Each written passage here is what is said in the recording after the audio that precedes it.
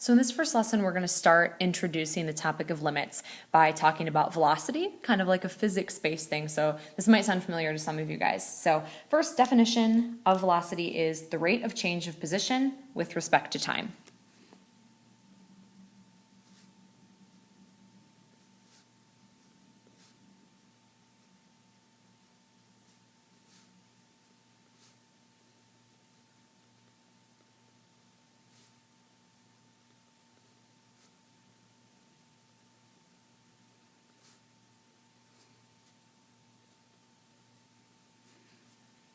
So how your position changes as time is passing by. So typically, like you think of velocity, you think of driving in your car, you look down at the speedometer or how fast are you going. That's actually something called instantaneous velocity, which as far as what we know right now in math, we are not capable of finding instantaneous velocity. Because if you think of like rate of change of position with respect to time, that's actually a slope sort of idea, and slope requires us to know two different points. So we're going to start with this.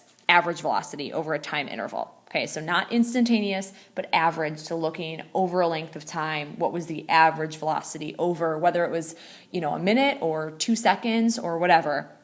Average velocity, you take a time interval, and that's going to be your length of time, and then how much did your position change over that time interval?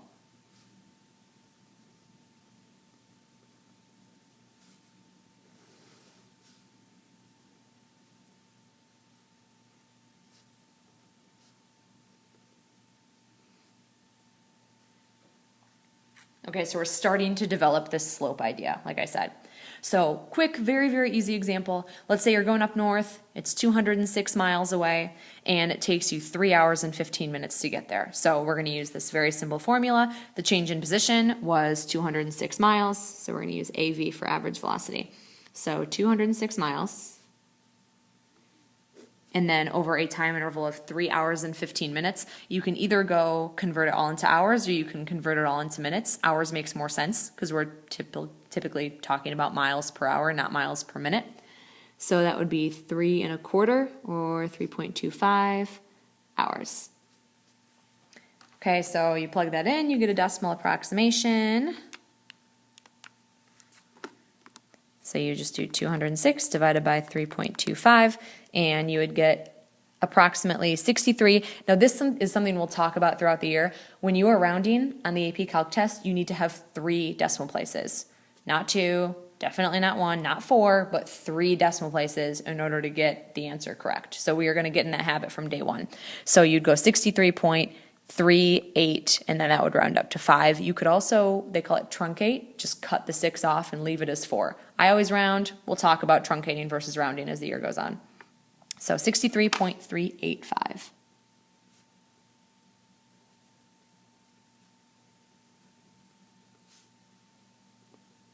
And that's in miles per hour. I always use this, by the way, anytime that you're rounding, shows that it's not exactly equal to.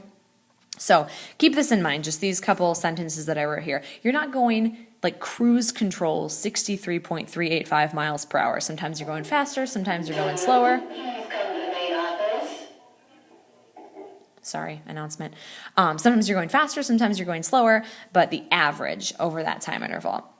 And so you can't use that for instantaneous velocity because if you wanted it just at a moment, there's no change in time. Your change in time would be 0, you'd be dividing by 0. We've known for a very long time that that is not an okay thing to do.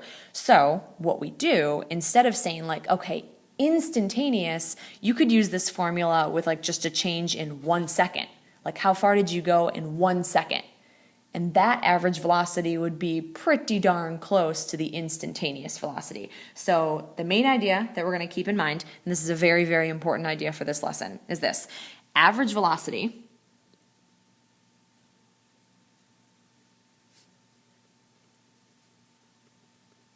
over a very small time interval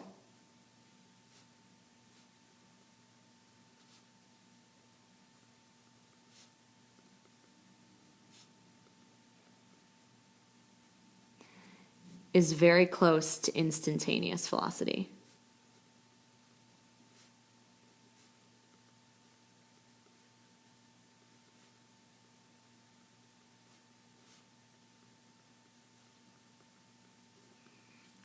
So the basic idea is like if you want the velocity at a moment, you can start by taking the average velocity over a minute and then cutting it down to 30 seconds, then to 15 seconds, 5 seconds, 2 seconds. And then you're to the point where you're looking at such a small time interval that it essentially is your instantaneous velocity. You're getting closer and closer to that instantaneous velocity. Okay, so let's write down just a couple kind of notational things right here. So we use S of t for position. For whatever reason, S is always represented position, and then t for time, and then this is your time interval from t0 to t1. So delta S, that represents the change in position. Oops.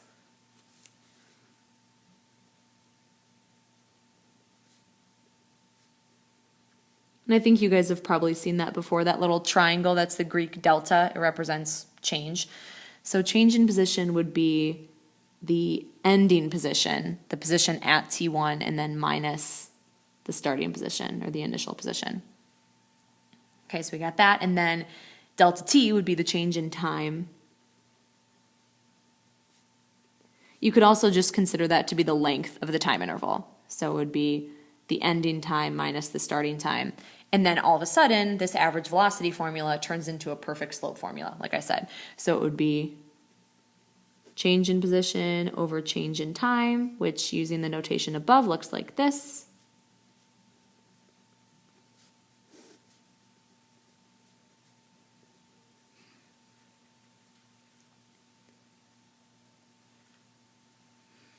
Okay, so remember, average velocity is essentially a slope. That's a big important idea that we can carry forward. So second example, we're going to use this table right here. Say we drop a ball from a state of rest, starting at time t equals 0, and then the distance is given by this easy little formula right here. So what we want to do is we want to estimate the instantaneous velocity at t equals 3. So as I was saying before, if you look at a teeny tiny little time interval, it basically will tell you or approximate what the instantaneous velocity is.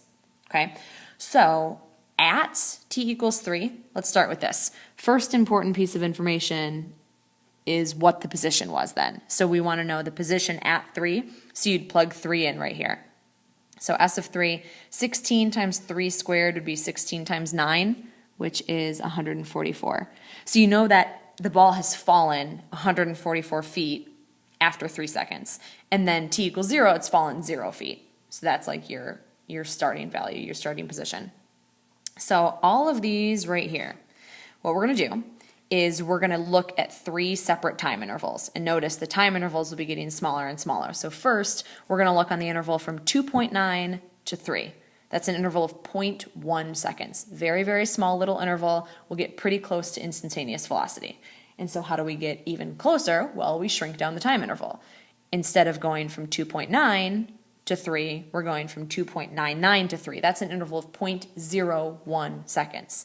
If we look at this one, that's a time interval of 0.001 seconds. That's you can't even measure that amount of time. It's such a teeny amount of time that it's basically going to be the instantaneous velocity.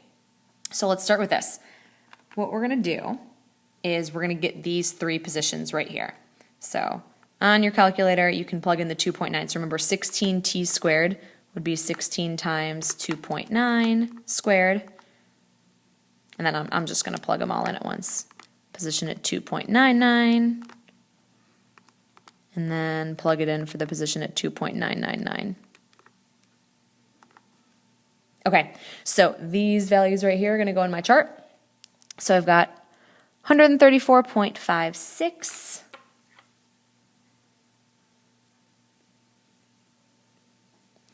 This position was 143.042. You want to use all the decimals because you want to make sure that these answers are as accurate as they possibly can be. So I'm actually, excuse me for just a second here, I'm going to change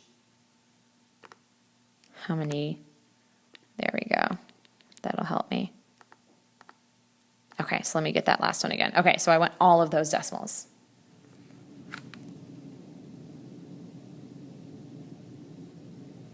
Okay, so that'll give us a super accurate answer. So now average velocity, we're going to do this formula right here. It's a slope formula. So this is going to be a little tedious until we get to our main point.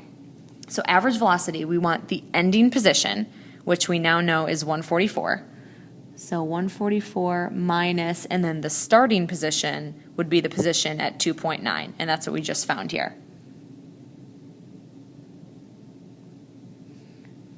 And then over the change in time. So change in time would be 3 minus 2.9. So we already know that's a time interval of just 0.1. So let's plug that in, see what we get. So 144 minus 134.56, and then we're going to divide that by 0.1. Okay, so about 94.4 feet per second. Okay, so that's the average velocity from 2.9 to 3. It's following an average of 94.4 feet per second. Okay, next one. We're going to plug in this time interval. So the position at 3 is 144 minus the position at 2.99. And then change in time is 3 minus 2.99. Okay, so now I'm going to plug that in. So 144 minus 143.042, and then my time interval was 0.01, just 1/100th of a second. So that is 95.8 feet per second. Okay, so this one's going to be just a little bit more accurate in terms of representing instantaneous velocity, because I got just a little bit closer to 3. Okay, so now we're going to get even closer.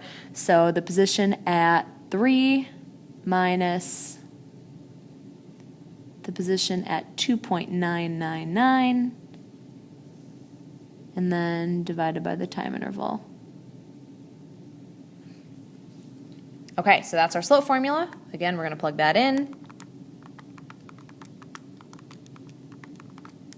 Okay, and then divided by 1/1000th of a second. There we go.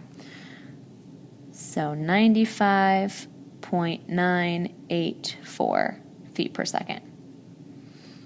Okay, so if we kept this table going, if we did 2.9999, and if we kept going and adding more 9s and getting closer and closer to 3, what you would notice is that these values are getting closer and closer to what the instantaneous velocity is. So the average rates of change appear to be approaching. Take a guess.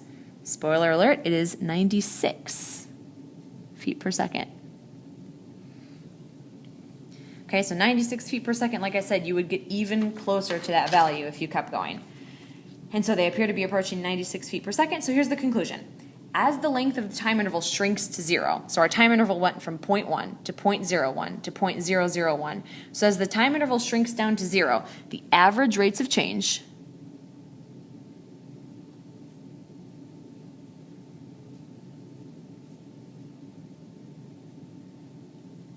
converge to instantaneous rate of change.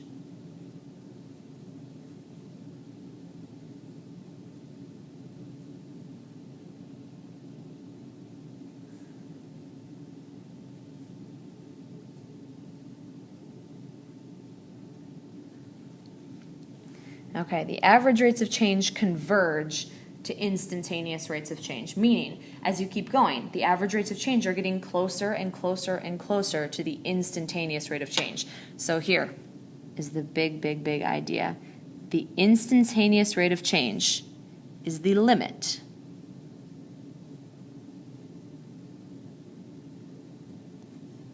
of the average rates of change.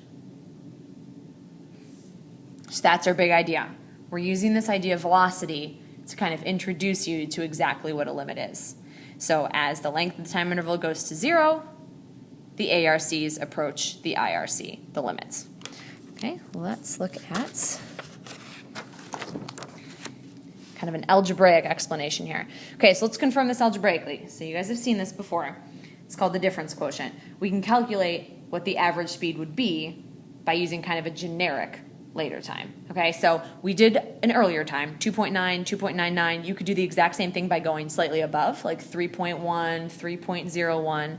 So we're going to start at t equals 3 and then go to a slightly later time and call it 3 plus h. And h is going to be something really small. So here's our formula. So we start with change in position over change in time.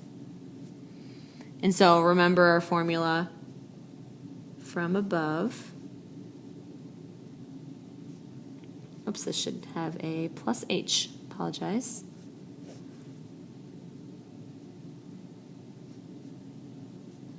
Okay, so we got all that plugged in. So this is the position at, sorry, there's a 3 plus h in there, and then minus the position at 3 over 3 plus h minus 3. So here's what's going to happen. Two things.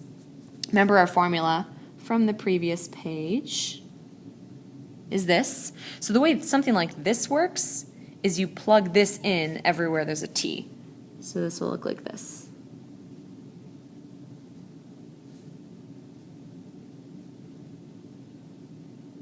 And then in the denominator, you've got 3 plus h minus 3. So the 3's would cancel each other out. And in the denominator, all you have is h. Which, if you look on the previous page, this is pretty much the exact formula that we were dealing with here. Okay? So this, whatever h is, whether it's 0.0001, or you could go the other way and make it negative 0.001, this is the formula that we ended up with on the previous page. So now, remember, you can't use this exactly at t equals 3, because if we use it exactly at t equals 3, then h would be 0. But we can kind of approximate. So let's go exactly from here. So what happens is we start doing the algebra, and the 3 plus h squared, we would FOIL that out. Excuse me, teachers, Lake Kern has asked me to invite you down to the cafeteria if you're hungry. There's some subs down there to treat yourself. Thank you. Oh my gosh, sorry again. Okay, so here's where we're at so far. So we're going to write this out twice and FOIL it. The denominator, we still have an h, so keep the 16. FOIL this out. 3 times 3 is 9. 3 times h, another 3 times h, and then h times h. Okay, so we are just simplifying this difference quotient down as much as we possibly can. Okay, so here's where we are. 16 times 9 is 44. Minus 144, those end up canceling out. Next, 16 times 6h. 16 times 6 is 96. So 96h, and then 16 times h squared. Okay, and then all over h. So all I've done so far is I've just kind of simplified down, and now look at this. Both of these have an h that I could factor out. And if I factor an h out of the numerator, it can cancel with this h in the denominator. So after all that crazy algebraic simplification, here's what I end up with. So say you wanted to go 0.1. If you wanted a time change of 0.1 seconds, you would plug the 0.1 right here, and you would get 96 plus 0.1 times 1.6, which is times 16, which is 1.6. So it'd be 97.6. Or if you wanted to go to 0.01, you'd multiply this times 0.01, and you would get 96.16. You could keep going, but what you'd notice is that as h goes to 0, so watch this. So this is the average velocity for any h. And remember, what h represents is the change in time. So it's a slightly later time. So for any change in time, this is a formula that represents the average velocity. Now here's the important part. This is where the limit stuff comes in. As h gets closer and closer to 0, so remember that arrow says that h approaches 0. The closer this gets to 0, you're going to have 96 plus some teeny tiny little number. And so what's happening is that the average velocity is approaching 96 feet per second. The closer h gets to 0, the closer this gets to 0, and then you basically just have 96 plus 0. So as h approaches 0, the average velocity approaches 96 feet per second. Okay, so that kind of introduces the idea of a limit. We've got an AP problem that we're going to do together in class.